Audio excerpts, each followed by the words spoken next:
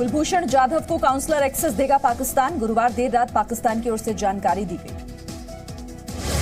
पाकिस्तान अपने कानून के मुताबिक कुलभूषण जाधव को राजनयिक पहुंच मुहैया कराएगा। पाकिस्तान ने कहा, काउंसलर एक्सेस के तौर तरीकों पर काम किया जा रहा है।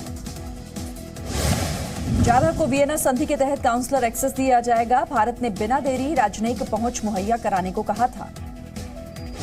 कुलभूषण जाधव पर आईसीजे में पाकिस्तान की हार पर अरुण जेटली की नसीहत। फैसले को पाकिस्तान की कानूनी प्रक्रिया में सुधार का बताया मौका।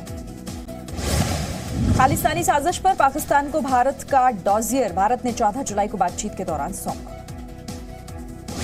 जी न्यूज के पास डॉजियर पर एक्सक्लूसिव खबर। सबूतों के साथ भारत ने खालिस्तान आतंकियों के नाम भी दिए।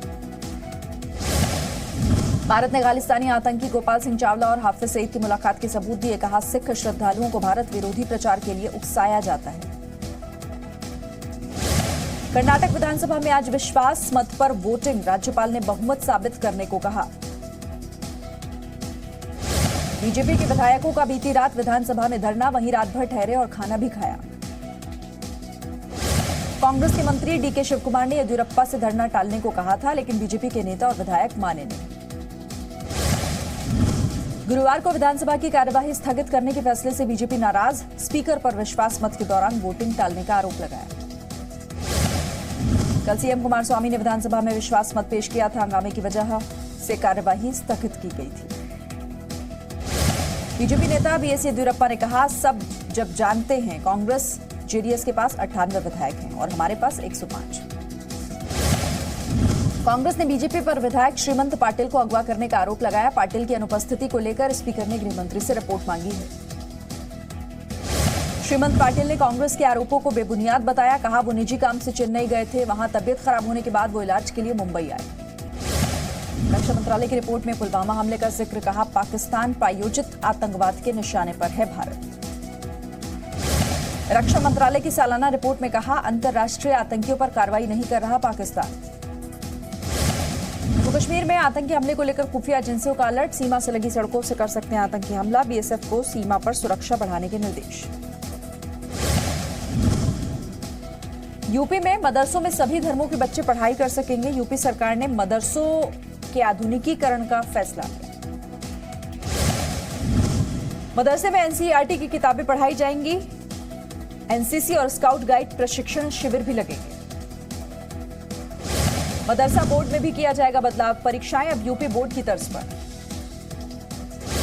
अल्पसंख्यक की परिभाषा तय करने की मांग पर आज सुप्रीम कोर्ट में सुनवाई। कई राज्यों में हिंदुओं की संख्या कम, फिर भी वो अल्पसंख्यक नहीं।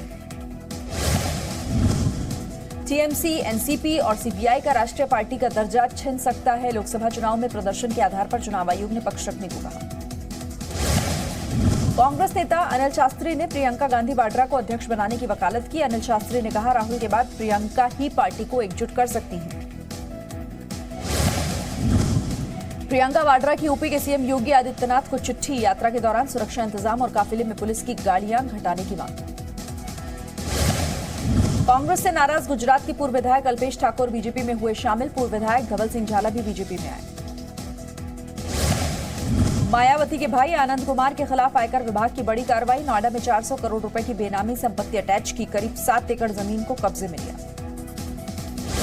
पश्चिम बंगाल के कई एक्टरों ने थामा बीजेपी का दामन। अर्णव मित्रा, विश्वजीत गांगुली, रूपा भट्टाचार्य, ऋषि कौशिक जैसे एक्टर बीजेपी में हुए शामिल। बीजेपी के बैटमार विधायक आकाश विजयवर्गीय ने पार्टी को भेजा माफीनामा। लिखा, आगे से ऐसा कोई काम नहीं करूंगा। निगम अधिकारी की बैट से की थी पिटाई। सोशल मीडिया प्लेटफॉर्म टिकटॉक और हेलो को केंद्र सरकार ने नोटिस भेजा। 24 सवालों के जवाब नहीं देने पर बैन हो गया। गुरु नानक देव जी के 550वें प्रकाश पर्व पर सरकार का बड़ा तोहफा। 27 सितंबर से एयर इंडिया की अमृतसर से टोरंटो की सीधी फ्लाइट की शुरुआत होगी।